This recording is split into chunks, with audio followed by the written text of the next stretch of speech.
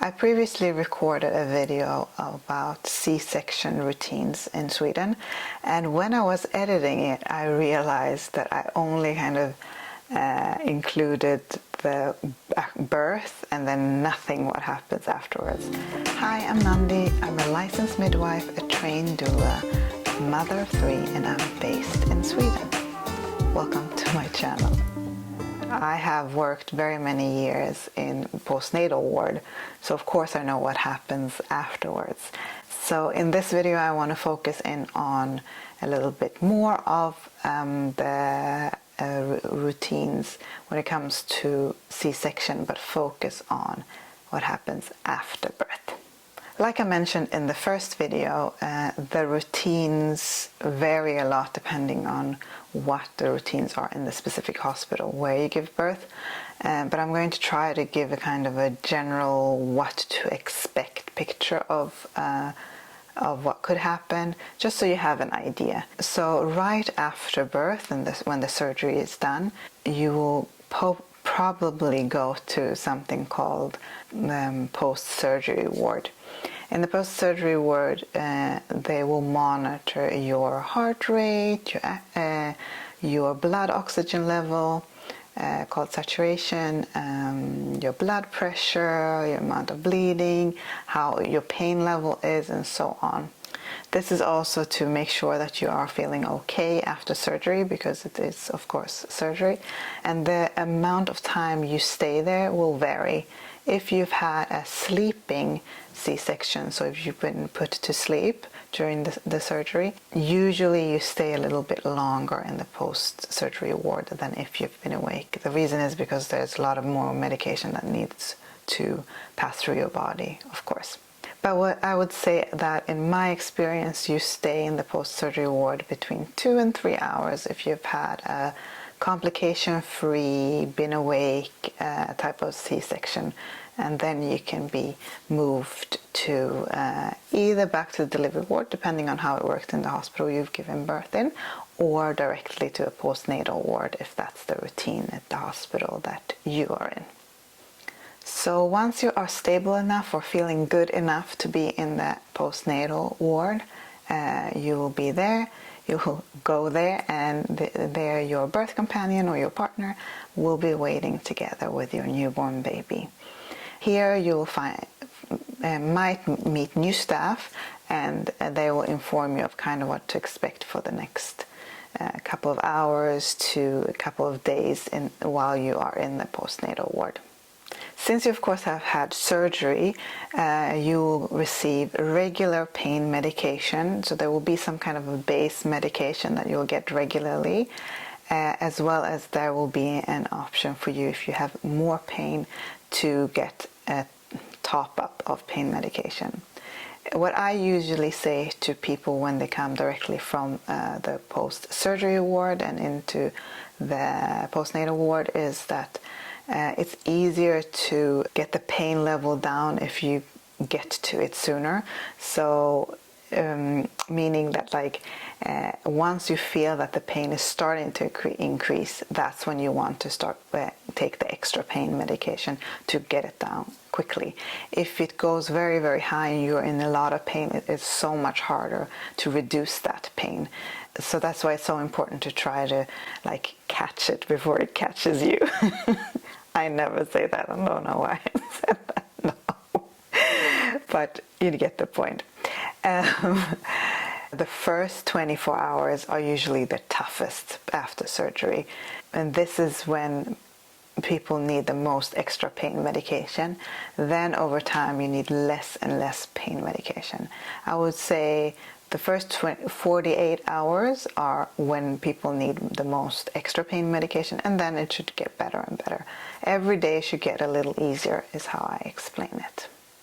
During surgery or prior to surgery, you might have, or you probably will have, received a urinary catheter. So that's like a plastic tube that is in your urinary tract that has eliminated your pee, so you don't have a lot of pee in your bladder.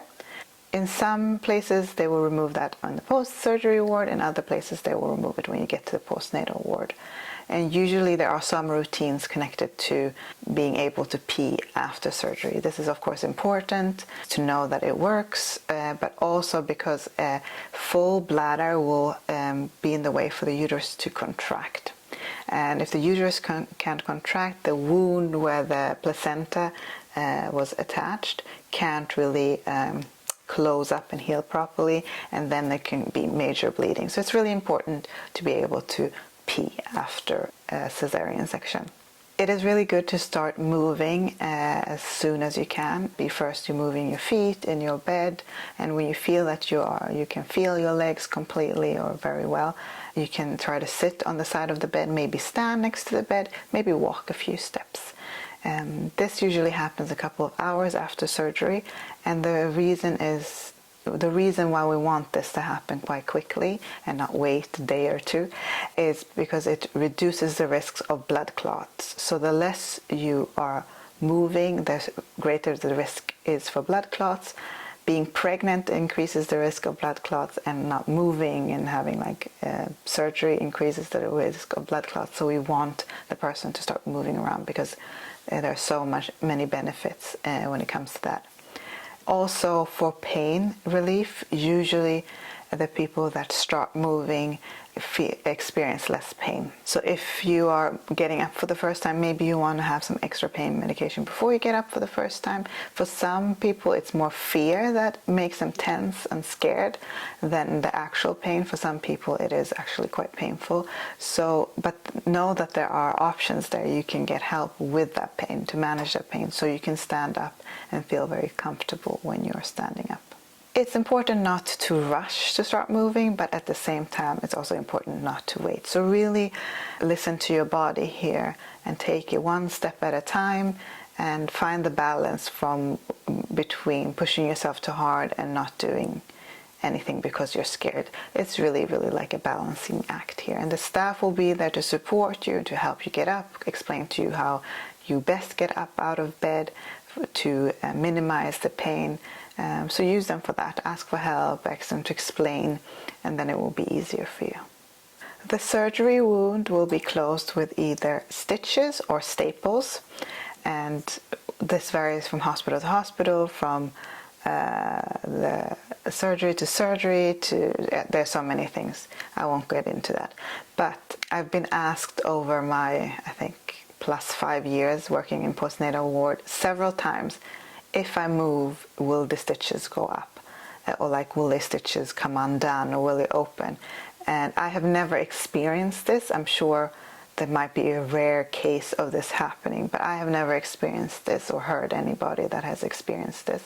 So I would say the risk of this is very, very, very low. If you need to cough or laugh a lot, it can be good to use a pillow as support against your belly to kind of put a little counter pressure on that wound. That usually feels pretty good.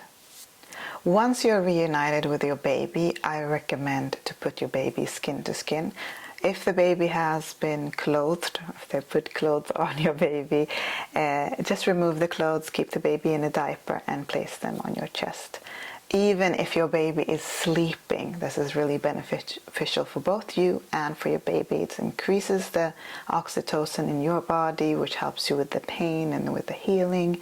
It also makes it more likely that your baby will start searching for the breast if you're going to breastfeed, but it also helps baby connect to you, to be reunited with you. Even if they're sleeping, they will hear that heartbeat that they know, they will smell you, they will feel very comforted by that. So don't wait just because baby is sleeping. They will probably settle down once they have been moved to you again. Not too long after surgery, you should start eating and drinking if you can, and rest as much as you need. But like I said, very important to also start moving at a slow pace. Many times during the years, I've welcomed somebody from the post-surgery ward, and I've said, this evening when I'm coming back from my next shift, you will feel so much better, you'll be able to walk around.